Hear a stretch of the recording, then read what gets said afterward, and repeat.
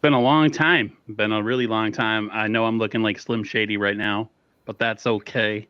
How's everybody doing? I don't know if this is going to be a permanent return, but I'm testing the waters with Ted. I figured we could talk some Niners off-season topics because there's a little bit of stuff going on. Jed's been yapping. Kyle's been yapping. Kyle's looked like he aged like 10 years this off-season, man. He's looking pretty rough, but nice to be back, or at least conversating with everybody. But how's it going, Ted? How have you been holding the fort down while I've been gone? Well, I've done a few call-in shows on Wednesday. That I made sure not to fill the spot permanently because I figured you'd be back at some point since you did this twice before and came back. But it seems like maybe you might be back differently this time, which is kind of interesting. We could talk about that. But yeah, I mean, it was it's very interesting that Ryan and I weren't from No Water Sports. We weren't doing much this whole time too because he changed jobs and his new job is 8 to 5 weekdays, which is my stream time. As most people know, evenings and weekends are rough for me. I'm on daddy duty, so it's tough for me to stream. So we hadn't streamed during the same period of time. I think he and I did one after the Super Bowl that Tuesday. I think you and I did too that Wednesday. And then he and I restarted yesterday. You're back. We just need to get Bash back, and it'll be all good. My Monday show has gone away also for the off season. Pedro, I voted for Pedro show. He doesn't do much during the off season, but Raj has jumped in on Mondays, so that's been good. And I've basically I didn't step away, but I didn't jump in like I could have to try and keep it rolling like I did too. I just sort of let things slow down a little bit myself. Just take a little time, let that loss sink in, and figure out how to move forward now that we're back. Yeah, and we talked. You called me on the phone the other day after I was in your stream with Raj. I just told you guys I have maybe you have the itch, and you were guys like, there's stuff for that. But you know what I was talking about. Put a bomb on it. Yeah, a little balm, little lotion. It was a tough loss for me to swallow. It was I went all in this year. I let myself get completely emotionally so wrapped up in it that like when that game was over, man, I put away a bunch of shirts, hats, everything. I'm like, brought my desk back upstairs. Just like I can't do this anymore. I can't stomach it. It was just people are like, "Oh, you're such a drama queen and you like overreacted." It was. I just had to wash myself of that stuff. It was so. It's been a long time, man. And the fact that they were that close again, this time even more so, and to choke it out at the end with the defense not being able to stop anybody, was tough. I was watching people do streams after, and I was just like, I can't even stomach watching people. I was like, how are they talking about this shit still? Like, what are we doing? What are we talking about? We lost, and like, how can you still be excited? Like I have a lot of animosity towards certain players and coaches and stuff like that. Like my vitriol was like somebody would talk positive about the Niners on Twitter, and I would put a negative response. That's how I've been recently. So, if I come back fully, it's not going to be as monotone or. I feel like I got to put more emotion into it and like not always be so pro 49ers, like happy time, like everything's great, it's no, if I have some negativity towards the team, I'm going to let it be known. So I think the biggest thing too, one of the things that I discussed with you on the phone is there was such a feeling after the game that we're just going to return and make it back there again. Like that was the sentiment that was going on. And all I could think of was like how this was the worst Kansas City team that we had played, compared to the last time in the Super Bowl, with the most like their offense was so bad, right? Like this was the most beatable Chiefs team, and we still couldn't do it. And people think like you're just going to make it back, like it's that easy, Well, I choose to be positive. Well, I choose to be realistic. It was 4 years between the last time we went there and when we got back, right? It was 4 years, right? That's a long time, 4 years. And that's kind of where I am right now. I don't see them making it out of the divisional round this coming season. I don't see it. You can add Jerry Rice in his prime to this team, and I don't know, man. I feel like we're setting up ourselves to have an early playoff exit. I mean, you think these losses get to us, they get to the players too. I mean, look at Kyle. He had his vacation in Cabo and he's been hanging this off season and getting tanned up, and he looks like he's been through the ringer. I mean, what's your thought on like how you feel about that situation? Like, are you a more, because we talked about it and you were like, I want to be the bad guy, and I'm like, well, I kind of agree with you. You were like, I kind of agree on everything you're saying. So like, you kind of get the feeling too that the Niners fans might need to like step down and come down to reality a little bit when it comes to maybe some expectations going into this year. Yeah, I mean, I agree. Super Bowl hangover is real. I told the Eagles fans that last year, especially for the Super Bowl losers. It's really tough to even make it back to the Super Bowl, let alone win it after losing one the year before. During the 80s and 90s, I got used to every time we go to the Super Bowl, I expect we're going to win. Mm-hmm. And now, after losing 3 in a row, sad to say that I pretty much expect us to lose every time we go now, if we even make it. And yeah, I don't think we'll make it. I have us going further than like wild card or divisional. I think we'll make the NFC Championship game next year. I think we'll definitely won't lose in a wild card weekend. And we could lose in divisional. We could lose in NFC Championship. I don't see us making it back to the Super Bowl. Not that there's any great NFC team. Lions are good. I think the Packers will be improved. Eagles look like they did some good things in free agency. But, we'll have to see how the draft goes for everybody and whatnot. But the Niners didn't make any huge leaps forward in free agency, I would say. Nope. Leonard Floyd was a little bit better than Chase Young. I kind of like Yetur Gross-Matos a little bit better than Cleveland Farrell.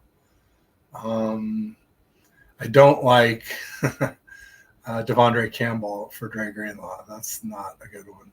Yeah. Well, we had his replacement, and somehow he decided he wanted to go to the Cowboys because of, I don't know.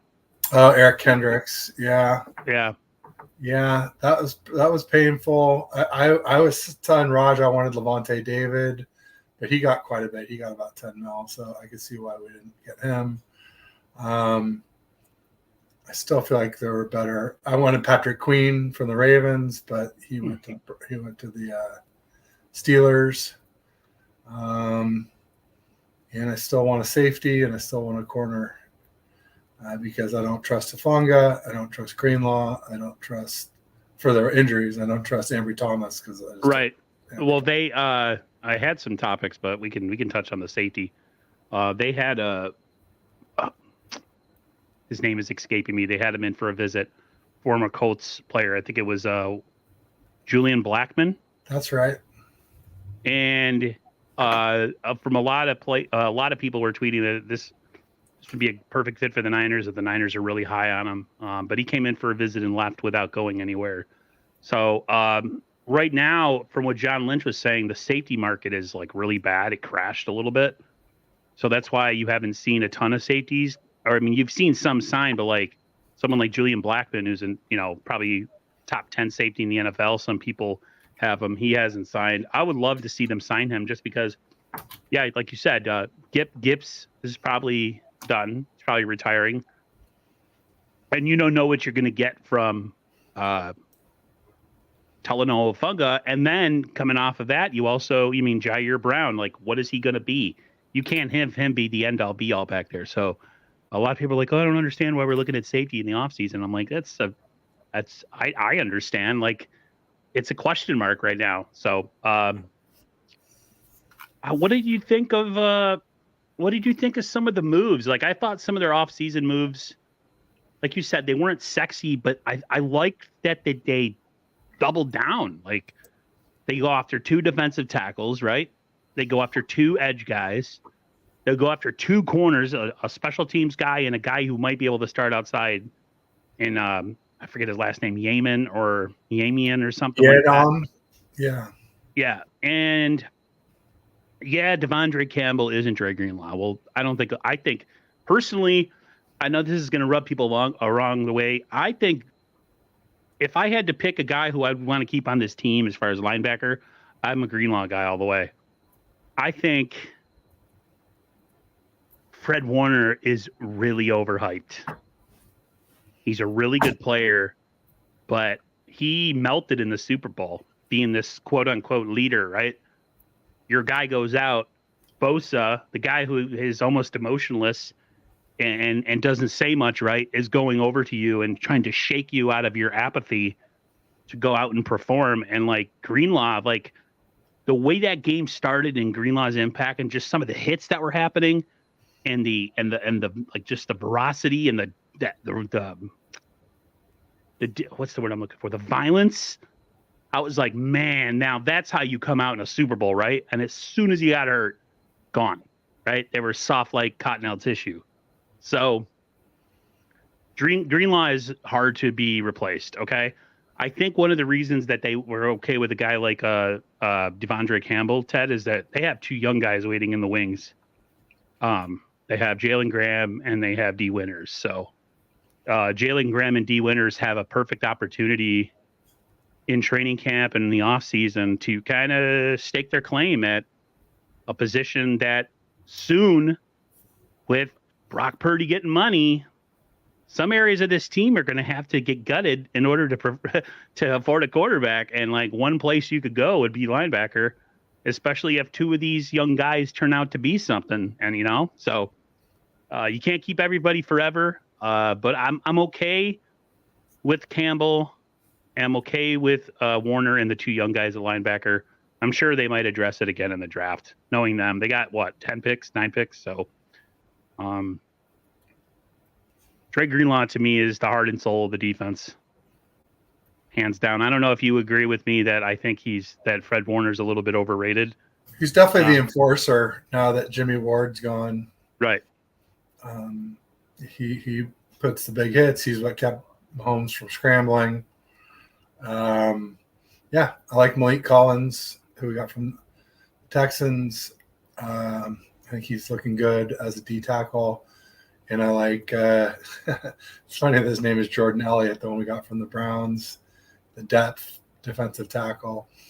But yeah, I mean, one thing you can say about all the free agents is a lot of them are highly, or at least have been highly durable. We'll knock on wood for that. Make sure we're not jinxing anybody. But that's one thing I definitely like about the pickups. And we didn't spend a lot of money. That's another thing I liked. So, and not a lot of draft picks either. Yeah, I think this is a draft that the 49ers need to hit on. This is a draft the 49ers need to hit on because Purdy's about to get paid.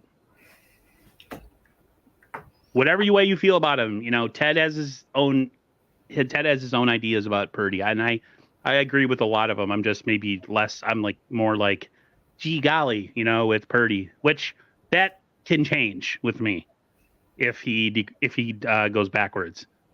Like I said, this is a different me now. Now I'm not giving people the benefit of the doubt before. If you suck, I want you gone. So, but Purdy deserves it if he has another good year. I really think he will get a fair contract. And, does Purdy, I think the one thing we can all understand is, yes, he doesn't have elite skills. He's small, small hands, not a big guy, but he wins. And you could say, well, so did Jimmy Garoppolo. But yeah, Jimmy Garoppolo was protected. We could see as soon as Garoppolo left this team how much Kyle Shanahan protected him. He don't protect Purdy like that. He throws Purdy to the dogs sometimes. Sometimes Purdy succeeds. And then sometimes Purdy has some games where he throws multiple picks. And I don't think I've ever seen Kyle this relaxed in an offseason following a Super Bowl loss, knowing that he has a quarterback who isn't injured, and there's no question mark going into training camp, right, Ted? Like there's no question mark. No question mark. The only question mark is how much will Purdy improve. I don't think he'll have a leap like he did from 2022 to 2023 because that was pretty vast, pretty large. But I think he could easily improve just because last year he was getting surgery this time of year in early March, and he was rehabbing during most of the off season, and then he was struggling in camp, and I think you won't have to deal with any of that stuff. So as long as like Ayuk's there, and Kittle and Debo and CMC and Jennings, then he has every chance to improve his sort of synchronization with all of them, his ability to throw with anticipation to all of them. And so it's very conceivable that he could take another step or maybe a leap. I'm thinking more of a step forward this year. Yeah, I see him maybe plateauing a little bit. I don't know if you can see a ton more with him just because he just doesn't have, like you said, the physical stuff. But I think you're right. Anticipation, just knowledge of the playbook and the offense. I think he's really good at that part of it. He's respected in the locker room. People love him. He's given freaking speeches now to basketball teams and stuff, or whatever, soccer team or baseball. I don't know who he gave that to, but you know how he could take a leap is if Kyle fixes the O-line. Yes. That's how he could take a leap. Do you agree that the draft this year, because of what we addressed in free agency, where we have no real glaring need other than right tackle, if the Niners go any other place besides tackle, how pissed off would you be? Because I would be. It's boring, right? It's super boring to draft offensive linemen. We're going to wait 4.5 hours on a Thursday watching the draft for us to go draft a tackle, right? But it's so necessary. Unless we move up. And you kind of do have to move up to get one of the top tackles. I think you got to be top 15. They have ammunition. Trade up. Yeah. Trade up. Take a first. Take a second. You cannot take next year's first. Right. Take next year's first. Trade a player. We have enough talent on this team to be resigned that we're going to be so bereft that we have to depend on our first round pick. I don't know that I believe Lynch when he says that we have no, thoughts of trading Ayuk. I guarantee you we're listening to every single offer for him. Why not?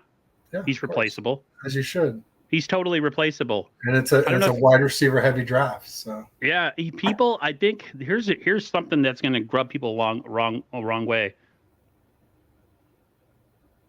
I'm like whatever with Ayuk. I think his size is average. His speed is average. What does he do that's so spectacular that the 49ers couldn't find a suitable replacement in the draft, younger, less money, and maybe with a higher ceiling? Like the blocking. And I think the route running, it takes time to get to be that good at route running. But he's still not the guy. I'm not saying he's not replaceable, though. For the delta in money, I think you can take some drop-offs in some areas and still improve the team by working on the O-line, getting a real inside linebacker until Dre Greenlaw's back, getting a real safety. I've been saying Budda Baker, but Justin Simmons' name is going around.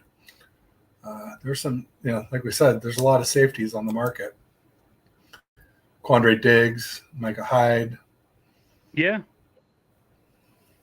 If they address safety in free agency, because Lynch says he's still not done. They said they're not done.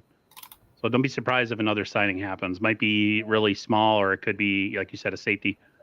My biggest needs in the draft are tackle, tight end, too. I want a new tight end because I've wanted one for years. I'm on the I don't really love Kittle all that much anymore. He's more of a brand than anything now. Okay. In some of the biggest games, he doesn't show up, like in the Super Bowl.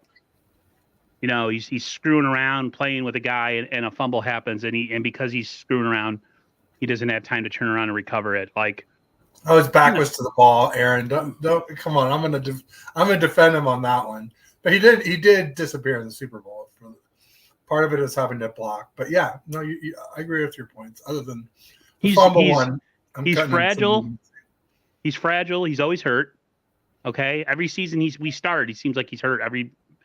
He does all this working out in the off season with his wife and his sister and his dad and his mom, and we're all like ooh whatever with it. And then he starts the season and training camp always has some lower leg injury, some sort of groin injury every single year, you know.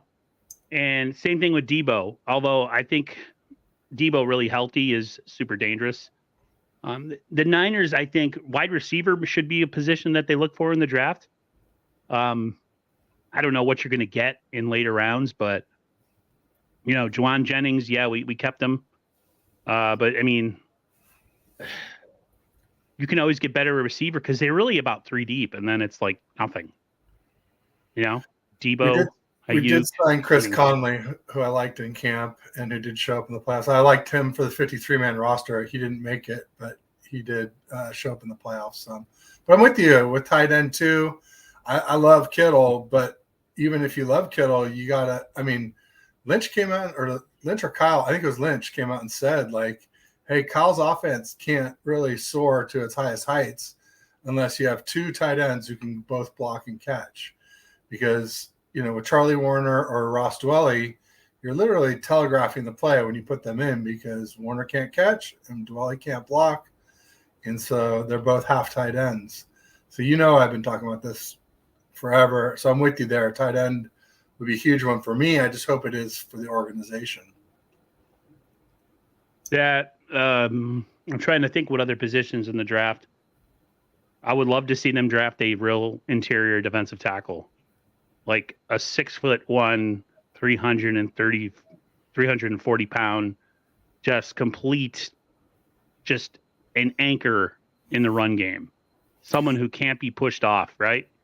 There is some thought that the Broncos might cut DJ Jones. DJ Jones is whatever with me. You haven't missed him when he's been gone? No. Oh, man. He was hurt all the time when he was here. Was he? Quite a bit. He wasn't 2019, that's for sure. Him and Ronald Blair and a lot of our Julian Taylor, a lot of our. Whatever happened to Ronald Blair? I haven't saw him in the NFL. Did he retire? Well, Hargrave stole his move for starters, or like kick move. He's still in the league. I don't think he's ever been the same player ever since that ACL, unfortunately for him. Right. I think he took a long time to come back from it, and I don't think he's ever. Yeah, because he was a really good, solid 6th or 5th guy. You know what I mean? Yeah. Great deal. You had the four beasts, and then you had DJ Jones and him kind of coming off the bench for whatever reasons, whether it was pass rush, run stopping, all that. And his sack rate was sick in the first half of 2019. I mean, he got hurt on that weird tackle of Russell Wilson, where his knee, it was so strange. Like it looked. Yeah, I remember that. It was a game me and my nephew were watching and just like screaming at the screen how bad Jimmy Garoppolo sucked. Our first loss of 2019. Yeah. Chase McLaughlin, the kicker, put it in the tunnel. I'll tell you though, he was actually perfect the rest of the game besides that, and pretty good the rest of his time with us. He's still in the league. He's a pretty decent kicker these days now. But it's been a while. You're not Moody's. I'm still not high on Moody, to be honest with you. I was high with him coming out of the draft like Bryant. You know, I was like, yeah, Moody, but I don't know, man. Like I have so many issues with so many people after the Super Bowl, man. Like, I'm so bitter. They have to win one soon, and then I'll let go of all of it. But so many things you could call out in that Super Bowl that are going to affect me unless we do something this year that I'm just going to keep going back to as a reason why I'm mad all the time. Hence why I'm wearing non-49er gear. Expect that from now on. I will not spend another dime on this franchise until they win. So, oh, my lady is in the chat. She just joined. Jupiter, how are you? What's up, Love Jupiter you. Sunrise? She said she'd pop in if she could. I told her not to worry. You know, don't speed home. You know, it's okay. But thank you for coming through. Yeah, don't drive. No, she's not an angry driver. She's actually a very happy driver, which is weird. Good, miss y'all. She said she misses everybody. Sentinel football channel, he actually posted something. He wanted me to look at it. It was actually pretty hilarious. You guys got to go chance. Go look at his most recent video. I would love to see you make some content, Sentinel. Like, start doing live streams and stuff, or post videos of you talking a lot. I subscribe to his channel, so that was just a random thing. She's like, I drove 80 miles per hour all the way here. Jeez. I do that all the time. That's just like set it and forget it in California. As long as it's 65 speed. Sounds like a New Yorker. Let's talk about the Niners. It's the thumbnail on my video about Jed York buying considerable equity and becoming the sole owner, or at least with the amount of equity he's bought from his mom, sole owner of the San Francisco 49ers. What a journey of being probably one of the most hated people in the Bay Area to now probably thought of as one of the better owners / CEOs in the league, as far as, you know, they make a ton of money and they have a really good roster, and they're, you know, they do it the right way, as opposed to how it was in like 2014 when everything went down with the Harbaugh and stuff and everybody hated him. Tom Sula, you know, all that stuff. How do you feel about him? I think he deserves it. I think he really deserves it. Some people are really mad and think, you know, we need to fire him and bring back Eddie and all this other stuff. But I think he's, really the only thing we got to do is win a Super Bowl. And like, he pretty much has accomplished everything as an owner. I mean, they've been in how many conference championship games? They've been in 2 Super Bowls since 2019. I mean, he can't win them for them. That's the player's fault, not his. He's given the ability to the front office and to John Lynch and to Kyle to build this team the way that they see fit and stay out of the way. So I have no issues with him. Yeah, no, he spent the full cap every single year. Well, I guess he didn't last year, but that was to roll it over to this year because we knew we were in cap trouble. But it wasn't with the intention of just not. I mean, there's some owners who barely spend more than the minimum required, and they leave $50 million or more on the table of cap money that they could be using to improve their team. Right. He also pays big signing bonuses to players and allows us to backload contracts, which is expensive for him, and causes him to have to pay up front instead of letting that money, you know, be an investment where it would get him a return. Like you said, like he hired Lynch, hired Shanahan, and Shanahan helped him hire Lynch. And, and then he stepped away and let the guys who know what they're doing do what they do, which is about all you can ask. So I was happy when I saw that he got control of the team.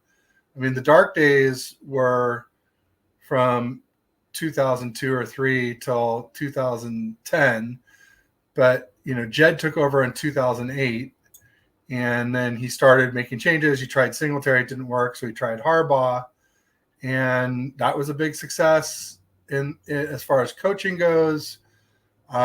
Unfortunately, he backed Balky over Harbaugh, and that was a big mistake.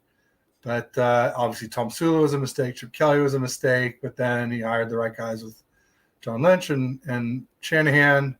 And so, yeah, I think he's done about as good as you could do. I remember the Fire the Owner t-shirts going around. Those are long gone. I think most people are getting more happy with Jed for sure. I just hope he keeps doing what he's been doing. And you mentioned earlier something about we got to get our draft picks right this year in the draft.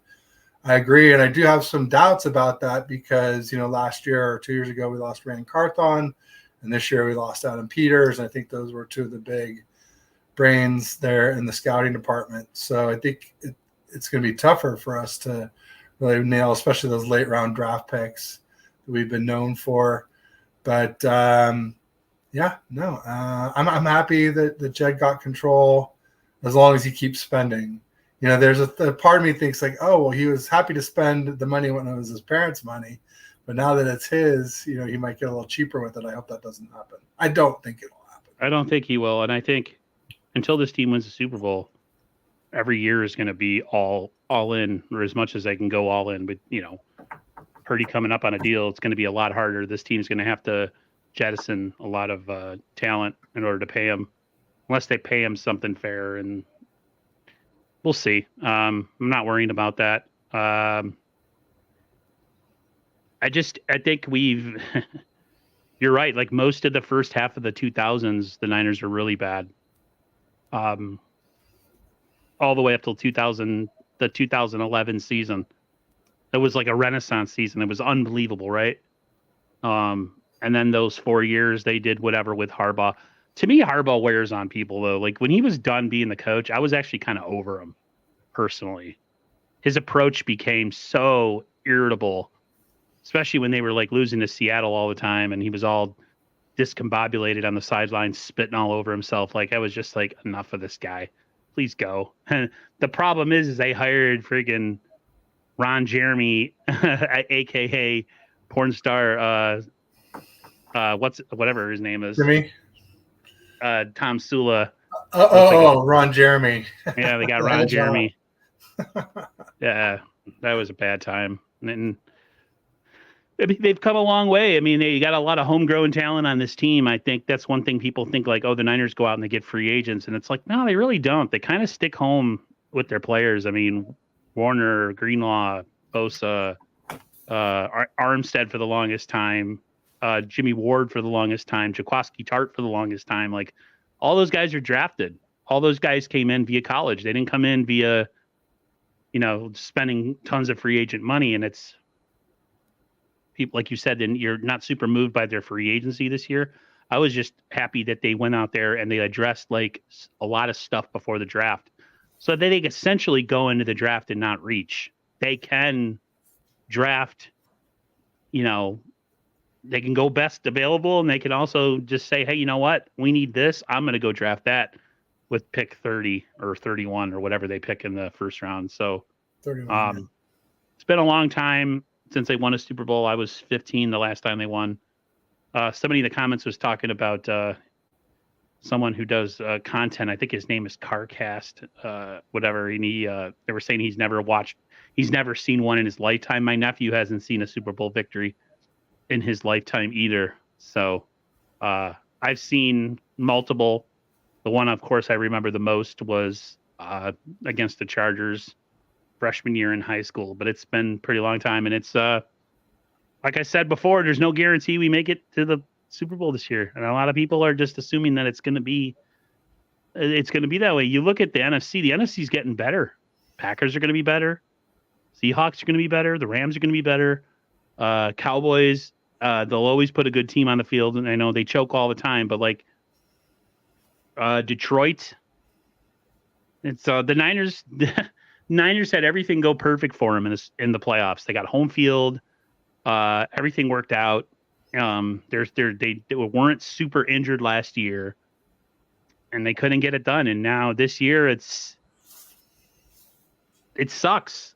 It's I'm kind of glad the offseason is going to take a long time, because if the season started tomorrow, I would be completely uninvested. I'm still so burnt over that game and them losing, but we'll see. By the time September rolls around, I might have a different tune, but we'll worry about that when it happens. Well, the draft might help you to feel a little bit better. Although, the way Kyle redshirts rookies, hard to imagine too many of the draft picks making big impacts in 2024. Unless they draft an offensive tackle. The way I talked, or a guard. It might have been Bashar. I said if they're gonna go and draft. I hate how this light doesn't work. It keeps changing. Freaking thing! I want to throw it in the garbage. One thing me and Bashar were talking about is the fact that the Niners. Totally forgot what I was gonna say. We were talking. You were saying that Kyle doesn't start rookies, right? Tackle, center. I said, if he's going to go that way, then go and have McKivitz and him play it out during camp. And if the number one pick is, or the first round pick is what you could think he is, you should beat out McKivitz, right? So we'll see. I mean, draft isn't even happened yet. Free agent, the free season and all that other stuff is so far away. It's like I said, I need this time to get over it. So I'm glad it hasn't happened yet. Yeah, no, I definitely need to get brushed up on my draft knowledge. I've paid no attention to the draft whatsoever. I see people doing mock draft streams, and I'm just like, I can't stomach it. Like, I'm not excited like I've been in the past just because of the loss. I'm excited to have a first round draft pick and a second round and a third round, and that's nice. But as far as the Niners ever picking somebody you want them to pick where you thought they'd pick them, that's probably not going to happen in my experience with mock drafts. So that's one reason why I stopped doing so many of them. Also because we haven't had a first round draft pick in so many years. I feel like Brian's trying to mess with me. He says, I've been thinking about getting another jersey, maybe 68. Ha ha ha. Ha ha ha. And I thought my jokes were bad. Brian likes his his underdogs. Yeah, he's like, oh, Aaron thinks he's gonna suck and be horrible. I want to get his jersey. Sam Area. Just Sam Moody, Area. Any special teamer, any backup quarterback, Bryant loves them. Everybody loves them. Because they're nice guys. That's why. He always says he's a really nice guy. So one thing that I noticed, or I picked up on with some of the media talking, is how the Niners are going to go about using Nick Sorensen and Staley. Why didn't they just hire Staley as a defensive coordinator? It makes no sense. Because so essentially, they knew the 49ers fan base would have a freaking coronary over it. But he's essentially going to be doing all the game planning and helping Nick Sorensen with all that stuff. Like, Sorensen is the face, but I feel like Staley will be the kind of the low-key kind of real coach for the defense. They're saying that he had a lot to do with some of our free agent pickups, that a lot of those were Staley picks.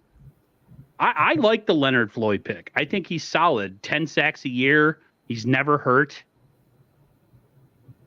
He's had in 6 seasons? He hasn't missed a game in 6 seasons, or he's missed the guy is just he's always on the field. He can set the edge. What was their biggest issue with Chase Young after we got him? He had one or two good games. Can't set the edge in the run game, and he takes not plays off. He takes games off. Pretty much every game besides the first one against the Jags and the last one in the Super Bowl. He had bookends. We can call him bookends Young. Yeah, so I'm always big on the Leonard Floyd signing, and if that is a signing off of Brandon Staley, then way to go, Brandon Staley. I like the move. I don't know much about Yetur Gross-Matos. I don't know much about the defensive tackle. He's sort of like Cleveland Farrell plus, and he's young, so he still has potential to grow. That could be another Kasaric reclamation project. He was a high draft pick a few years back and never quite lived up to it, other than in the run game. He's a very good run defender, edge setter, but his pass rushing still leaves a little something to be desired, and maybe Kasarik can coach that up. Unlock it. Yeah. They're looking to make their defense more multiple. I think you're going to see a lot more dry throat. There's going to be a lot more from this 49er defense this year. They really they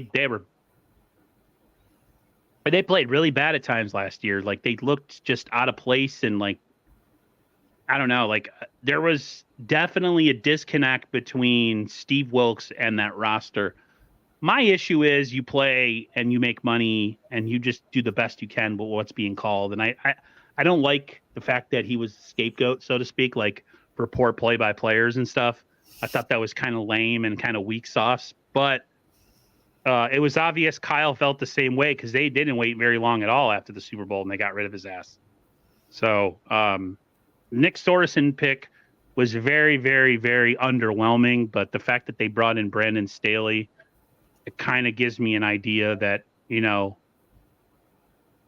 Staley's maybe more of the coach behind the scenes, and Sorensen might be just the game day guy that stands there with a clipboard in defense because, like all they were talking about, all the moves that they've been making on defense in the like I just said were like based off of Staley. So, it'll be interesting to see their defense. Because they took a major step back this year. Major step back. I mean, everywhere. I mean, in the secondary, pass rush, run defense. It was just, you know, you go into the Super Bowl and it was like, can we outscore Kansas City? Because the defense hasn't shown us anything in the playoffs and at the end of the season that gives you any hope of like them really. And the fact that they were able to do what they did in the Super Bowl, considering, was great, but we'll see. I hope they get better. Well, there's that. Real quick, I get better at closing, though. You know, finishing out games. Yeah, closing games. Hey, what is going on, Jess? Thank you for coming through. Appreciate it very, very much. Sorry if I'm not paying attention to the chat much, guys. Not feeling the greatest right now today.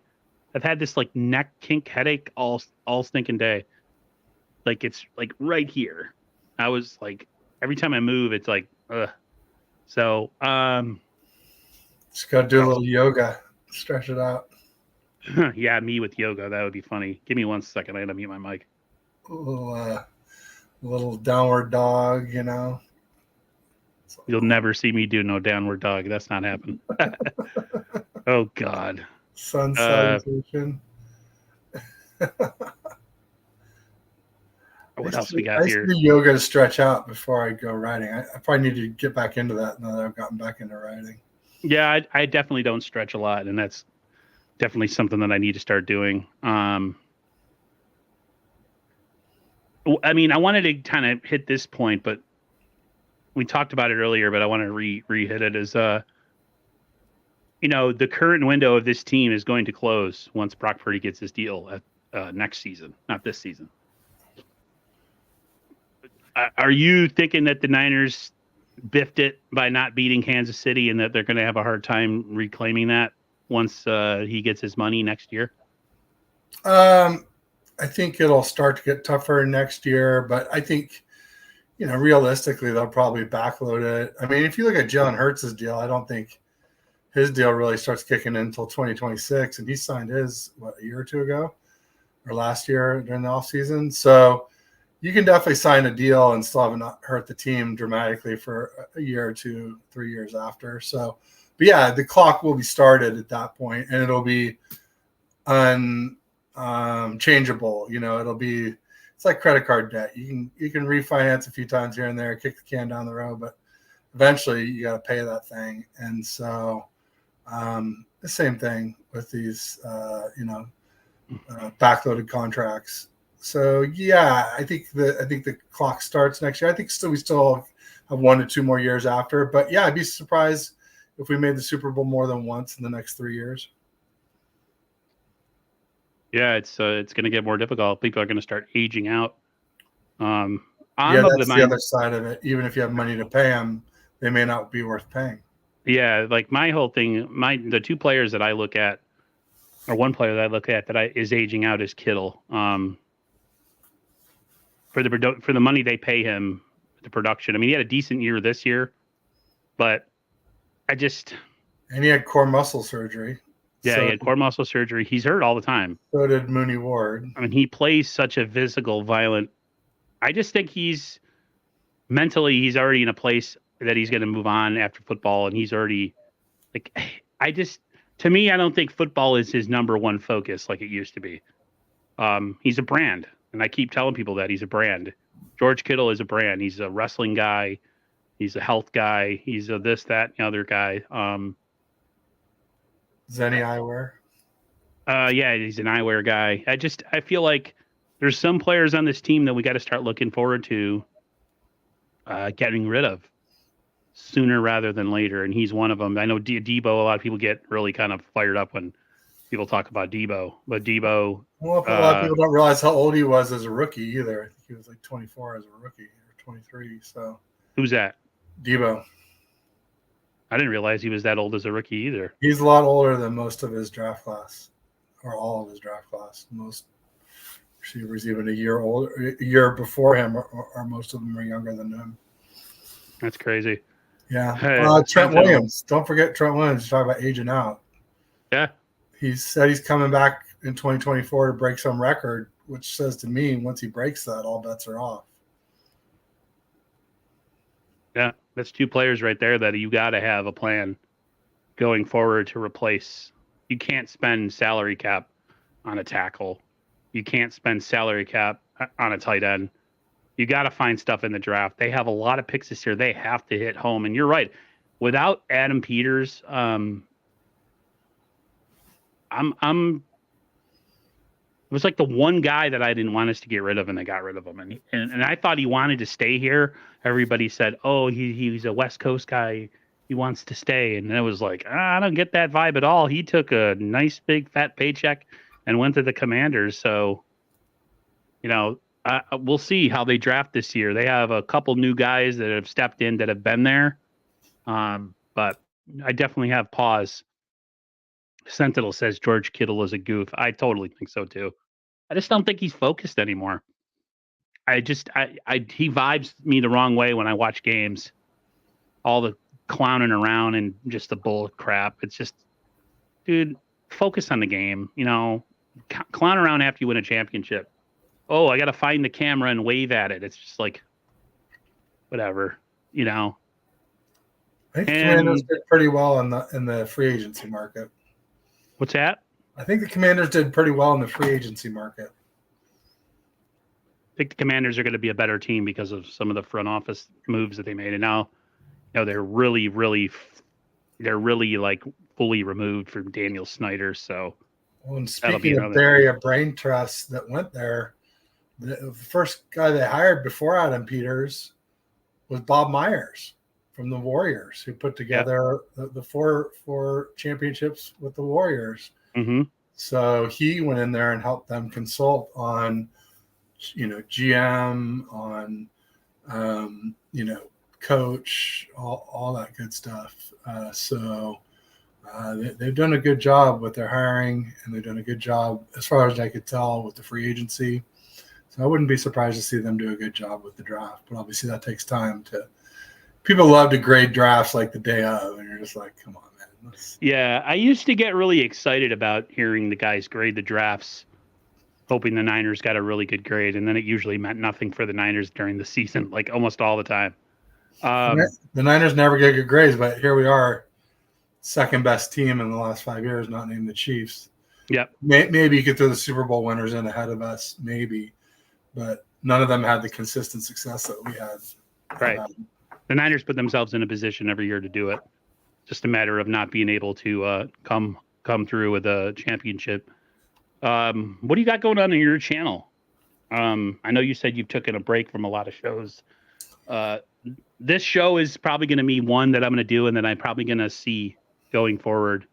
I don't know, reconfiguring how many shows I'm going to do a week, and maybe bringing some new people into the fold that I do stuff with, and kind of really just making it easy on myself so that I don't get burned out again. So, but what do you got going on? Every Thursday at 2, I do Faithful Dogs with Big Mike from the Man Cave 10. He's a Browns fan. So I'll check with him. I mean, not every Thursday, but most Thursdays we do. I'll check with him. I usually check with him, today, the night before, to make sure he's on and see what time is best. And then, I'm holding Fridays at 3 open for Bash for whenever he feels ready to jump back in. I'm assuming that he will. I'm hoping that he will. And then Mondays I'm doing with Raj. I think we're pretty settled on 1:30 Pacific, 4:30 Eastern for our show. And then Ryan is back. Now what he's doing is, since he works 8 to 5, is he's going in an hour early on Tuesdays, and he's taking a 2-hour lunch. And so we're doing 11:40 a.m. Pacific. That's 2:40 p.m. Eastern for about an hour. Can't be too much longer than that, or else he'll be late getting back to work. And yesterday, it was such a bummer. We have this solar company. I won't say the name because I don't want to disparage them. And just put it this way, we signed up with them over a year ago, and we're still not hooked to the grid. We have the solar panels on. We have the Tesla power wall attached to our house. Instead of a generator, just have a big battery basically that fills up with solar energy. Then when there's a blackout, the battery runs the house for a day or two while they get the power restored. But basically they're like, oh yeah, we'll be there 1 to 3. They show up at 12:30, and I'm in the middle of streaming with Ryan. I'm like, dude, I gotta go. And they proceed to futz around from 12:30 to 3, so 2.5 hours. And then around 3:30, the guy's like, oh, by the way, we have to come back out again. We have to do the fire inspection first. I'm like, what? He showed up early, did nothing, and now you gotta come back again? And anyway, he's like, well, don't worry, it's scheduled for April 4th. I'm like, well, we're out of town April 4th. We're going to LA. So that's probably a good thing to let you know. If you do get back into a regular thing, next week probably won't work anyway. That's okay. But anyway, bottom line is I was just frustrated with these folks. There have been a lot of errors, and I'm about to the point where I'm like, hey, whatever bill you sent, I'm going to start deducting time I spent waiting for you out of it, because it's just been too many mistakes with these guys. Like, for instance, when they came to install the panels, they got on a roof and they're like, oh, we have to replace the roof before we do this.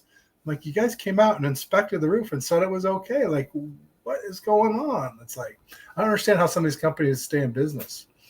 The way they don't seem to know what the heck they're doing. But anyway, they're dishonest.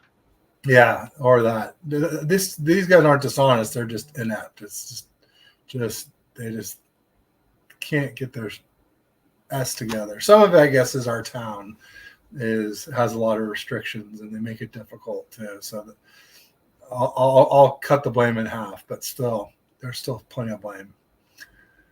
Anyway, that was a long-winded answer, but that's what.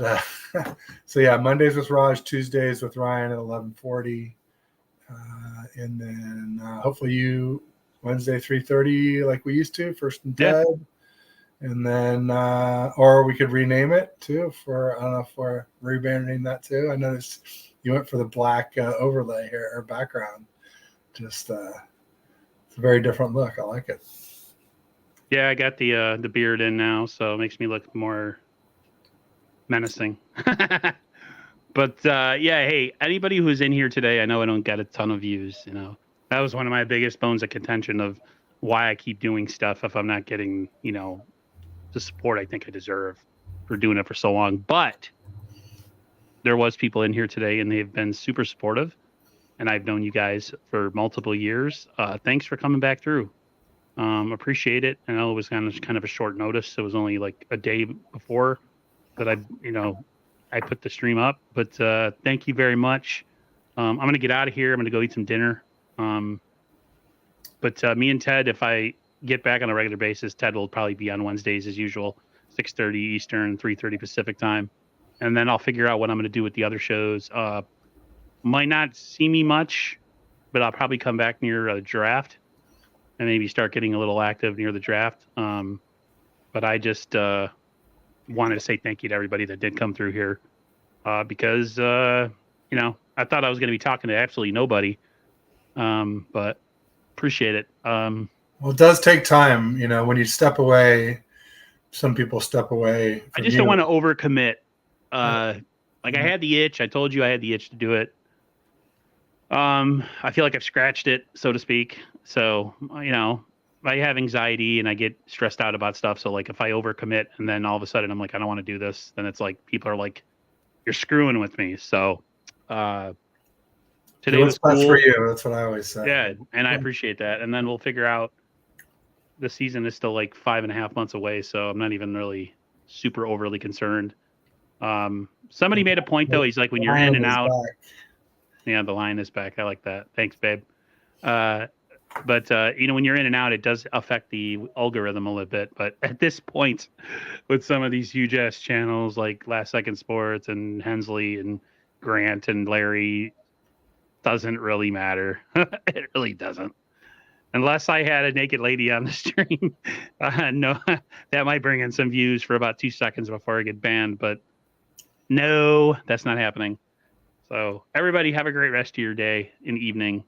And hopefully we'll see you soon. And if I have some updates on what I'm going to do, I'll put it on the community tab. So take care, everybody. Talk to you later. Peace. Go Niners. See ya.